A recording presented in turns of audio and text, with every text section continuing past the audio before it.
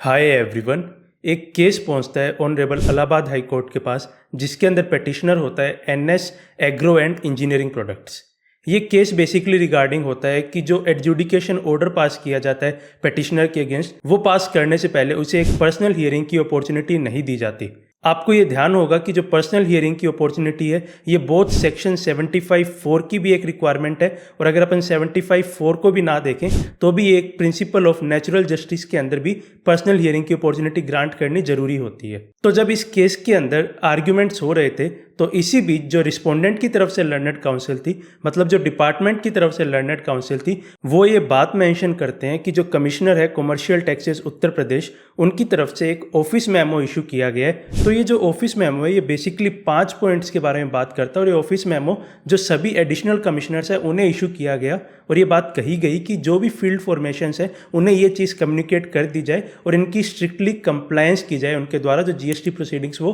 Carry out करेंगे उसके अंदर। तो ये जो 5 पॉइंट्स ही ऑफिस में हम बात करता है, वो सारे के सारे पर्सनल हियरिंग की अपॉर्चुनिटी के रिगार्डिंग है। तो हम इन 5 पॉइंट्स को डिस्कस करते हैं। तो सबसे पहले ये बात करता है कि जो शोकोज नोटिस इशू किया जाता है, उसके अंदर एक सेक्शन होता है जहाँ पे date of personal hearing mention की जानी होती है। वहाँ पे जो प्रॉपर ऑफिसर्स है उसमें कोई भी डेट मेंशन ना करते हुए सिर्फ एनए लिख के शोकोज नोटिस इशू कर देते हैं। दूसरी वो बात करता है कि जहाँ पे एक टाइम का भी सेक्शन होता है, जहाँ पे टाइम ऑफ पर्सनल हियरिंग लिखा जाना होता है, तो वहाँ पे भी कोई भी टाइम नहीं लिखा जाता, सिर्फ एनए लिख के शोकोज नोटिस इशू कर दिए जाते हैं।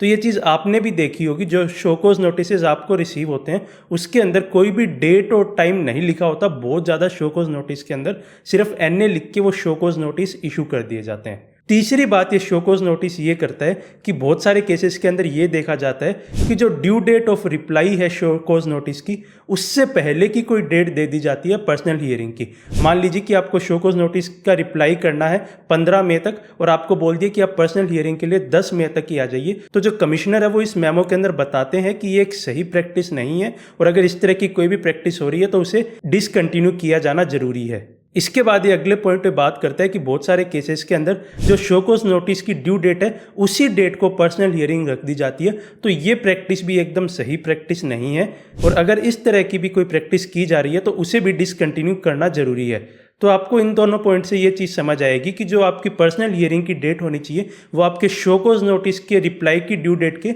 बाद की डेट होनी चाहिए, ना तो उससे पहले की होनी चाहिए, ना उस डेट की होनी चाहिए एग्जैक्टली। इसके बाद इस मेमो के अंदर जो 5वां पॉइंट है उसके अंदर एक बहुत ही इंटरेस्टिंग और इंपॉर्टेंट बात की जाती है, जिसके अंदर ये बात कही जाती है कि जो आपकी date of passing of order है वो आपकी कमेंसरेट विद करनी चाहिए जो आपकी डेट ऑफ पर्सनल हियरिंग है। तो इसे आप इस तरह से समझिए कि जो आपकी date of passing of order है वो उस दिन की होनी चाहिए जिस दिन आपका पर्सनल हियरिंग की डेट हो। इस चीज़ को उन्होंने इस ऑफिस मेमो के अंदर एक एग्जाम्पल के थ्रू भी समझाया है, जिसके अंदर वो बताते हैं कि मान लीजिए आपके शोकोज नोटिस के रिप्लाई करने की ड्यू डेट है 15 नवंबर, और आपका जो पर्सनल हियरिंग की डेट है वो आपको दी जाती है 17 नवंबर। तो जो आपका ऑर्डर पास करने की डेट होगी वो आपकी 17 नवंबर ही होनी चाहिए, जो आपकी डेट ऑफ ऑर्डर पासिंग की होगी और वो जो डेट होगी पर्सनल हियरिंग की, वो दोनों कमेंसरेट करनी चाहिए। तो ये जो एक ऑफिस मेमो है जिसके बारे में हमें इस जजमेंट के थ्रू पता लगता है, वो एक बहुत ही इंपॉर्टेंट ऑफिस मेमो हो जाता है, और वो आपको काफ़ी सारे केसेस के अंदर रिलीफ भी दिलवा सकता है।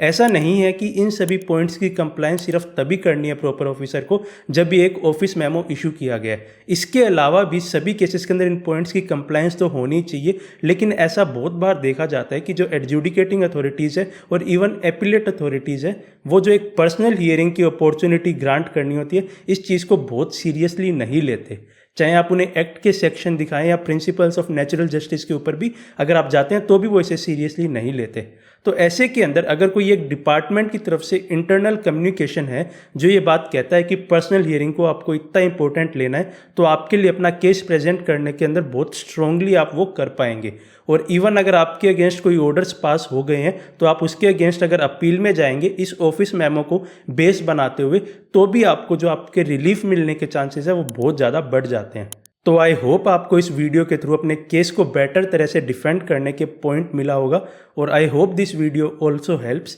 So thanks for watching and stay tuned.